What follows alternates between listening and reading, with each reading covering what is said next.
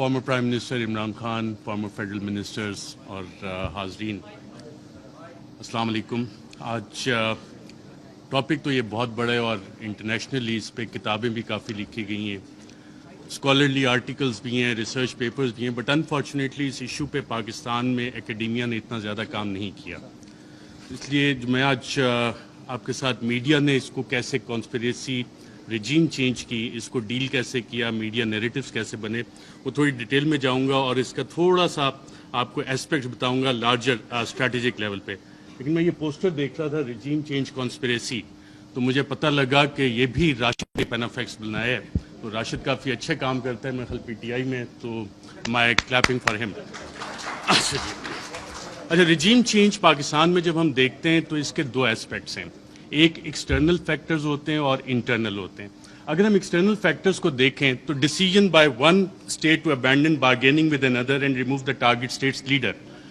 P T I کی حکومت میں جب ہم یہ دیکھتے ہیں تو ہم خبریں دیکھ رہے تھے، میڈیا میں آ رہی ہیں کہ جی جو بائیڈن جو ہے وہ کال فارن آفس کا رابطہ ہو رہا ہے، پاکستان کے foreign minister Shah Mahmood Qureshi, U S national security adviser Antony Blinken سے فارن آفس نے رابطے کی کوشش کی، نہیں ہوا، لیکن بلاول آتے ہیں ان کے سارے رابطے ہو جاتے ہیں۔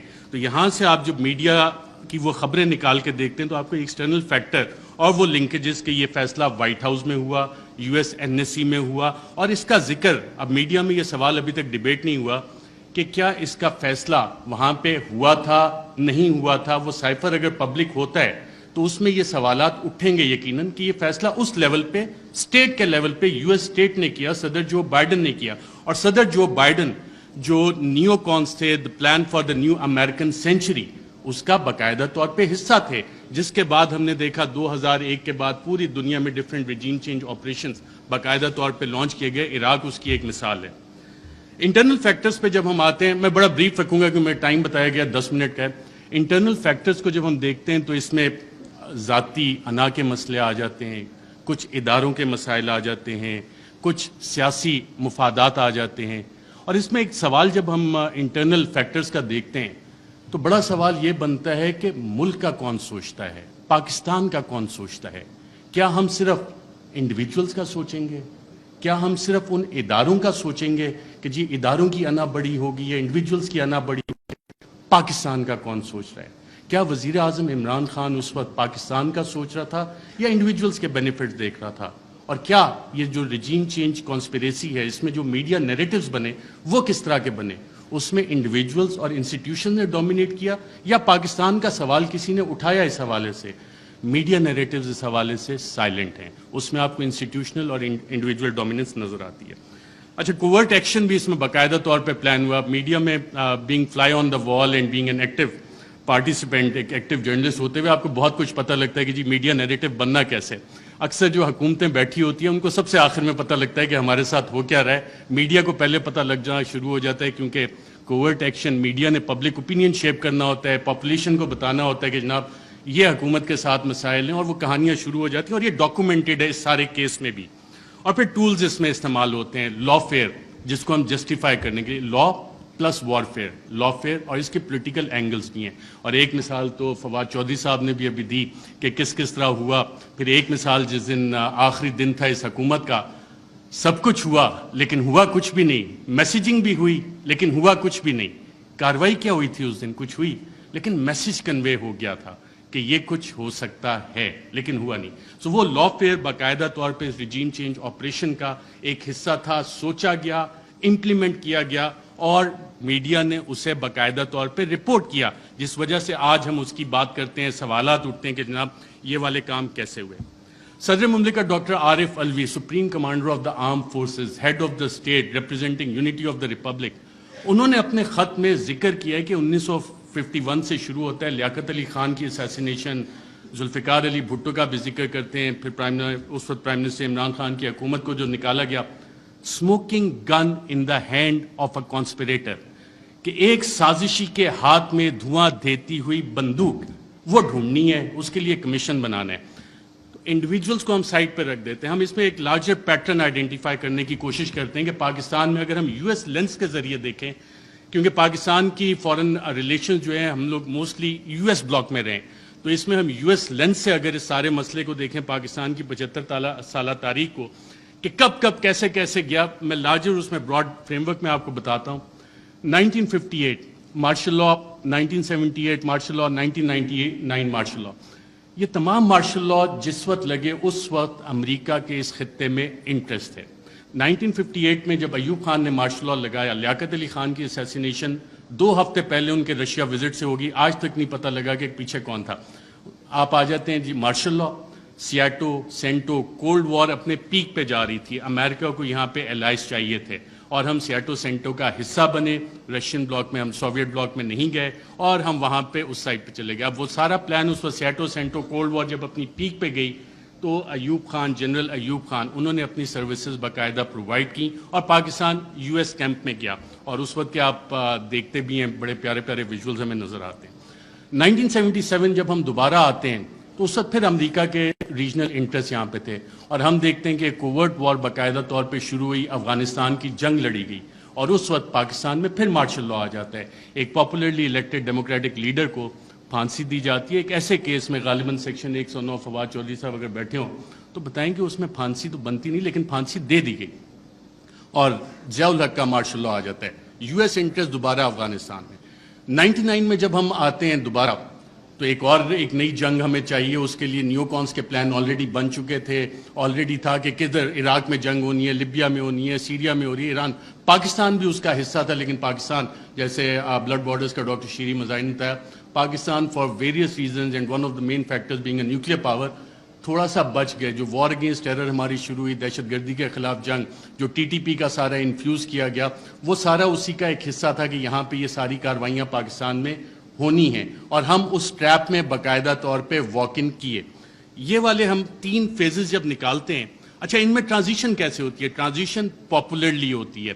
جتنے بھی یہ لوگ گئے, جب ہم دیکھتے ہیں کہ جناب ٹرانزیشن 1969-70 میں جو ٹرانزیشن آئی وہ پاپولر اپرائزنگ ہوئی, پاپولر لیڈرز آپ کے کھڑے ہوئے. پاکستان پیپلز پارٹی کا قیام آیا, انہوں نے کہا کہ جی ناؤ ڈیڈی از نو مور ایکسیپٹیبل, میں بڑا ہو گیا ہوں, میں اپنی الگ پارٹی بناؤں گا, پاکستان پیپلز پارٹی.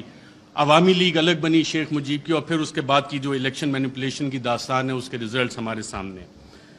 1988 محترمہ بے نظیر بھٹو آتی ہیں واپس, ایک پاپولر اپرائزنگ ہے. لاہور کے جو جلسے ہیں جن کی مثال دی جاتی تھی, جو کہ اب پاکستان تحریک انصاف نے جتنے بڑے بڑے جلسے کیے ہیں اسے اوور ویلم کر لیا, لیکن وہ مثال دی جاتی تھی کہ پاپولر اپرائزنگ ہوئی اور پھر وہاں پہ جو بھی جو طیارہ جب پھٹا تھا جنرل ضیاء الحق کا, تو آپ کی ایک ڈیموکریٹک ٹرانزیشن آئی. اور یہ وہ فیز ہے جب آپ دوبارہ دیکھتے ہیں کہ ایک ٹرانزیشن ہو رہی ہے, دوبارہ آپ جنگ سے نکل رہے ہیں, حالات سٹیبل ہو رہے ہیں, افغانستان آپ نے فتح کر لیا ہے, سوویٹس کو وہاں سے بھگا دیا ہے, سو جنرل ضیاء کا کام ختم ہو گیا, سو پاکستان میں آپ ٹرانزیشن تھوڑے عرصے کے لیے چلو جی جمہوریت انہیں کھیلنے دیتے ہیں.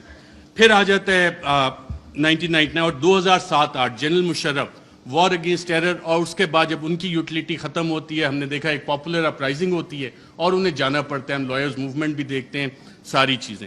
لیکن اس سارے عرصے میں جو ڈیموکریٹک ٹرانزیشن ہماری ہوئی ہے اس میں کیا واقعی حقیقی جمہوریت ہماری قائم ہو سکی کیا, یا کہ ہمیشہ ہمیں ایک ہائیبرڈ قسم کی جمہوریت جو ہے وہ ملی ہے؟ اور ہائیبرڈ جمہوریت بنتی کیسے ہے؟ ہمیشہ ایک کنگز پارٹی ہوتی ہے. جب آپ پاکستان کی تاریخ اٹھا کے دیکھتے ہیں تو جو مین آن ہارس بیک ہیں, گھوڑے جو لوگ رائڈ کرتے ہیں, ہارس رائڈنگ کرتے ہیں, وہ اچھے گھوڑے رکھنے کا شوق بھی رکھتے ہیں, تو وہ چیز ہوتی ہے. لیکن اس ساری چیز میں ایک ٹائم فریم بڑا ڈیفرنٹ آ رہا ہے پاکستان کی تاریخ میں, وہ آ رہا ہے 2018 سے 2022 کا. اس دوران میں اتھارٹیرین کنسولیڈیشن بھی ہوتی رہی. اتھارٹیرین کنسولیڈیشن اس طرح کے جو پرانے ایسٹس تھے جن پہ کرپشن کے مقدمات تھے ان کو بھی بچایا جا رہا تھا. دوسری طرف ایک حکومت کوشش کر رہی تھی کہ جی ہم نے ڈیموکریٹک کنسولیڈیشن کرنی ہے, اس کو روکا بھی جا رہا تھا. اور اکاؤنٹیبلٹی اس کی بہت بڑی مثال ہے.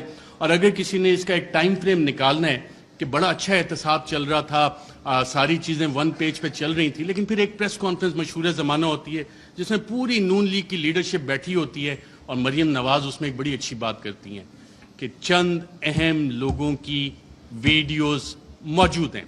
اب ماشاءاللہ سارے وفاقی وزراء کابینہ بیٹھی ہے, سابق وزیر اعظم بیٹھے ہیں. اس کے بعد احتساب کے مقدموں کا کیا ہونا شروع ہوا, اس کے بعد کیا ڈیلیں ہونا شروع ہو گئیں, اس کے بعد نواز شریف بھی باہر گئے, اس کے بعد کیسز بھی سلو ہونا شروع ہو گئے, کیا کچھ نہیں ہوا. یہ والی ساری چیزیں تھیں. میسج آ گیا کہ جی تھوڑا کم کریں. ریجیم چینج جب ہوئی تو میڈیا کی اسٹریٹجی اس میں کیا تھی؟ میڈیا کے 3 ڈیز اس میں باقاعدہ طور پہ استعمال کیے گئے تحریک انصاف کے خلاف. 3 ڈی تھے: ڈسٹرب، ڈسکریڈٹ، ڈینائی. ڈسٹرب کیسے کرنا ہے؟ جتنے بھی پاکستان تحریک انصاف کے پلانز بنے تھے اسے لا فیئر کے ذریعے، ایڈمنسٹریٹولی اور انفارمیشن آپریشنز کے ذریعے سیبوٹاج کرنے کا باقاعدہ طور پہ پلان بنا، اور اس کی ہم نے مختلف قسم کی امپلیمنٹیشنز دیکھی. اگر آپ نے ایڈمنسٹریٹو اس کی دیکھنی ہے تو وہ وزیر اعظم تو عمران خان تھا، پولیس وین وہاں پہ کس کے آرڈر سے گئی؟ شیخ رشید صاحب انٹیریئر منسٹر تھے، ان سے ہم پوچھتے رہے کہ جناب یہ آپ نے بھیجی؟ وہ کہتے ہیں یار مجھے تو نہیں پتا. وزیر اعظم عمران خان کال دے رہا ہے، پورا ریڈ زون جو ہے بیریکیڈ ہو جاتا ہے، کون حکومت چلا رہا تھا، کیسے؟ تو یہ وہ ایڈمنسٹریٹو سٹیپس ہیں، ہر ایک کی ڈیٹیل میں جائیں گے تو کافی لمبا ہو جائے گا. پھر ایک پلان بنا کہ جی 3 ڈیز کا ایک حصہ تھا ڈسکریڈٹ کرنا ہے، عمران خان کو ڈسکریڈٹ کرنا ہے، پاکستان تحریک انصاف کو ڈسکریڈٹ کرنا ہے. اور فریم ورک فار اس میں جو نیوز میکنگ تھی، اگر آپ ریڈ زون فائلز اٹھا کے دیکھیں تو اس میں باقاعدہ طور پہ میڈیا والوں کو یہ بتایا جا رہا تھا، یہ چیزیں میڈیا میں آ رہی تھیں کہ جناب دیکھیں یہ اکتوبر میں ایک جو سلسلہ شروع ہوا ہے نا، یہ بڑی زیادتی کی بات ہے. اس میں چند انڈیویجولز جو ہیں ان کو تو یہ حق نہیں دیا جاتا کہ جی پنجاب پولیس کے پیٹرن پہ چیزوں کو لے کے چلیں، ایسے تو نہیں اجازت دی جا سکتی. لیکن سوال آتا ہے کہ کیا ہمیں اس ملک میں آئین کی حکمرانی چاہیے یا اشخاص کی حکمرانی چاہیے؟ ہمیں قانون کی حکمرانی چاہیے یا چند اشخاص کی حکمرانی چاہیے؟ میڈیا فریم ورک جب آپ اس میں سارا اینالائز کرتے ہیں، جتنے آپ کرنٹ افیئرس کے پروگرامز اٹھا لیں، نیوز آرٹیکلز اٹھا لیں، کالمز، ایڈیٹوریلز، اس میں کانسٹیٹیوشنل فریم ورک وہاں پہ ڈیبیٹ فریم نہیں ہوئی، وہاں پہ رولز آف بزنس کی ڈیبیٹ فریم نہیں ہوئی، وہاں پہ ڈیبیٹ فریم ہوئی اداروں کے حساب سے، وہاں پہ ڈیبیٹ فریم ہوئی انڈیویجولز کے حساب سے. اور پھر اپریل میں 9-10 اپریل، اس سے پہلے یہ پلان آ گئے تھے کہ جناب میڈیا سپیس بھی ڈینائی کرنی ہے، بلیک آؤٹ بھی کرنا ہے، جو چند صحافی کوشش کریں کہ آواز اٹھانی ہے ان کو آپ چینل سے نکال دیں. عمران ریاض میرا خیال ابھی بھی بیٹھے ہیں، مجھے اطلاع ملی تھی کہ انہوں نے ایکسپریس جوائن کرنا ہے، لیکن ایکسپریس پہ بھی ابھی تک آن ایئر نہیں ہو سک رہے. حالانکہ سلطان لکھانی صاحب فریڈم آف پریس میڈیا اس پہ بلیو بھی کرتے ہیں، کافی اچھے ایڈیٹوریل آرٹیکلز اور چینل بھی چل رہا ہے، but he is not on air. FIRs چلیں، اب صحافیوں کو چھوڑیں، اب تو پوری وفاقی کابینہ جو ہے سابق، اس پہ بھی FIRs ہوئی ہیں، اور ملٹیپل FIRs دہشت گردی کی بھی ہوئی ہیں. اور جن لوگوں نے یہ FIRs کی انہوں نے یہ نہیں سوچا کہ کر کس کس پہ رہے، کیونکہ پلے بک وہی والی پرانی تھی. مسئلہ یہاں پہ یہ تھا کہ کرپشن کے کیسز نہیں مل رہے. بڑی کوشش کیجیے عمران خان کے خلاف کرپشن کے کیسز نکالے جائیں. میری بھی 1-2 ملاقاتیں ہوئی کہ جناب آپ تو بڑی سٹوریز کرتے ہیں. میں نے کہا یار ایک شخص، اور یہ عمران خان صاحب بیٹھے ہیں، شاید آپ میں سے بہت سے لوگوں کو نہ پتا ہو، PM آفس میں ہمارے بھی ذرائع ہوتے ہیں، اکثر پوری کابینہ پریشان ہوتی تھی کہ جناب بات ہم نے کی ہے، کہاں سے پتہ لگ گئی. وہ شخص جو پانی کی آدھی بوتل بھی ضائع نہیں ہونے دیتا بطور وزیر اعظم کہ یار یہ آدھی پانی کی بوتل میں نے ابھی رکھی، کیوں اٹھا کے لے گئے، وہ کرپشن کرے گا. میں نے سمجھائی لوگوں کو یہ بات، لیکن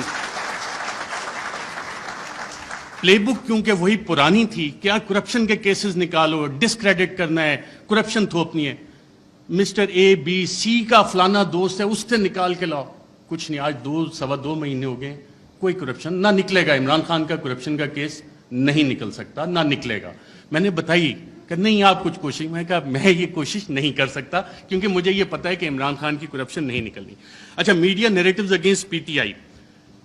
فرینچ ریولوشن جب آیا تھا تو اس وقت ایک تھاٹ تھا کنگ لوئی کا، میں ریاست ہوں، میں بادشاہ ہوں، میں قانون ہوں. اور یہی چیز ہم نے دیکھی کہ جب میڈیا نیریٹوز PTI کے خلاف بن رہے تھے. ابھی حال ہی میں آپ اگر آئی ایم دا کنگ کا دیکھ لیں، the king can do no wrong. King ہمیشہ، جو بادشاہ ہے وہ ہمیشہ اچھی چیزیں ہی کرتا ہے. فیٹے پہ پوری حکومت نے کام کیا، حماد اظہر بھی ادھر ہیں، لیکن PTI نے کام نہیں کیا، بادشاہ نے سب سے اچھا کام کیا. آئی ایم دا لا، قانون میں ہی ہوں. پولیٹیکلی آئسولیٹ کرو PTI کو. آج PTI واقعی پولیٹیکلی آئسولیٹڈ ہے. کون سی سیاسی جماعت ہے جو PTI کے ساتھ اتحاد میں کھڑی ہے؟ سب ایک طرف ہو گئے. لیکن ایک سٹرینتھ گین ہوئی اس میں، پاکستان کی عوام بغیر کسی کال کے نکل آئے. اور شاید جو وزیر اعظم عمران خان کا آخری دن تھا وزیر اعظم ہاؤس میں، اس وقت جو لوگ نکلے اور جنہوں نے رپورٹ کیا، آئی تھنک عمران ریاض تھے، باقی ہم لوگ بھی تھے، ان سب نے ایک بات نوٹ کی. آپ نے خود بھی اپنا دفتر چھوڑنا ہونا، کافی ٹائم لگتا ہے، کہ ایک شخص فوراً اٹھ کے چلا گیا اور کہا، جب سوال جواب ہوئے، کوئی رہ تو نہیں گیا کہ اکیلا کر دیا ہے, اب اس کے ساتھ کس نے کھڑا ہونا ہے؟ پاکستان کی عوام کھڑی ہوئی.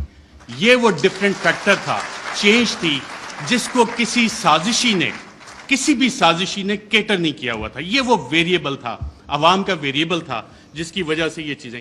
میں کوئکلی تھوڑا سا 2 منٹ اگر آپ کی اجازت ہو تو سائفر کے اوپر بھی بات کرنا چاہوں گا. سائفر پہ بھی میڈیا نیریٹیوز بڑے بڑے مزے کے بنے, اس پہ اور ڈیبیٹ بھی ہو سکتی تھی, کافی مزے کی چیزیں تھی. پہلا کیا بنا جی, پہلی میڈیا نے رپورٹ کرنا شروع کیا اور باقاعدہ یہ بتایا گیا کہ جی سائفر تو ایگزسٹ ہی نہیں کرتا, سائفر نام کی تو کوئی بلا ہی نہیں ہے. پھر دوسری چیز ہے, میڈیا کی یہ سٹوریز آئیں اور ریکارڈ کے اوپر موجود ہیں, پرنٹ کیے ہیں, ٹی وی پروگرامز ہیں کہ سائفر تو یہ ایزمپشنز پہ بیسڈ ہے. وہ ایزمپشنز ہیں ہمارے ایمبیسڈر کی یا کس کی. پھر یہ بھی کہانیاں میڈیا میں آئیں کہ جی یہ تو فارن آفس میں خود ہی پی ٹی آئی والوں نے بیٹھ کے بنا لیا ہے, یہ تو شاہ محمود قریشی نے خود ہی بیٹھ کے بنا لیا ہے. پھر جب وہ بھی ساری چیزیں, کیونکہ سائفر ایگزسٹ کرتا تھا, سائفر موجود تھا, پھر کہا گیا جی کانسپریسی کا ایویڈنس کوئی نہیں ہے. اچھا پھر عمران خان بطور وزیر اعظم بھی میرا خیال وہ کرکٹ کھیل رہے تھے, اور جب انہوں نے کہا تھا کہ مینٹلی میں اسٹرانگ ہوں, تو بہت سے لوگوں نے انڈر ایسٹیمیٹ کیا. انہوں نے کابینہ کی بھی کمیٹی بلائی, کابینہ کی اسپیشل کمیٹی غالباً 30 مارچ کو ہوئی. 30 مارچ کو میں نے سابق وفاقی وزراء سے پوچھا, وہاں کانسپریسی کی بات بھی ہوئی, کانسپریسی کا ذکر بھی اس میں ہوا, اور پھر 31 کو نیشنل سیکیورٹی کمیٹی بھی انہوں نے بلا لی, اور اس کا بھی مور اس پہ لگ گئی کہ بلیٹنٹ انٹرفیرنس. اور اس کے آخری پیراگراف میں ایک لفظ لکھا ہوا ہے کہ جو 31 کو نیشنل سیکیورٹی کمیٹی کی میٹنگ ہوئی, اس نے 30 مارچ کے جو منٹس اسپیشل کیبنٹ کے ہیں ان کو ریٹیفائی کیا. اب 30 مارچ کو آپ سب وفاقی وزراء جو اس میں بیٹھے تھے, اس وقت کے وزیر اعظم اس میں بیٹھے تھے, ان سب نے کانسپریسی اور سازش کا لفظ اس میٹنگ میں ذکر کیا. یہ میرے ذرائع نے مجھے بتایا ہے, آپ سبھی یہاں پہ بیٹھے ہیں, اگر کسی نے کانٹراڈکٹ کرنا ہے تو سابق وزیر اعظم خود بیٹھے ہیں, وہ کر سکتے ہیں کہ 30 مارچ کو جو اسپیشل کیبنٹ میٹنگ تھی اس میں سازش کا ذکر ہے. بالکل سازش کا میں ایز اے جرنلسٹ کلیم کر رہا ہوں. پھر یہ کہا گیا کہ جی وہ انٹیلیجنس ہم نے خود ہی کر لی, اور انٹیلیجنس کی بیسس پہ آبویسلی اس پہ سوال اٹھے کہ انٹیلیجنس, ہمارے انٹیلیجنس کے ادارے بہت اچھا کام کرتے ہیں, دہشت گردی کے خلاف بہت اچھا کرتے ہیں, پاکستان کی سیکیورٹی کے لیے بہت اچھا کام کرتے ہیں.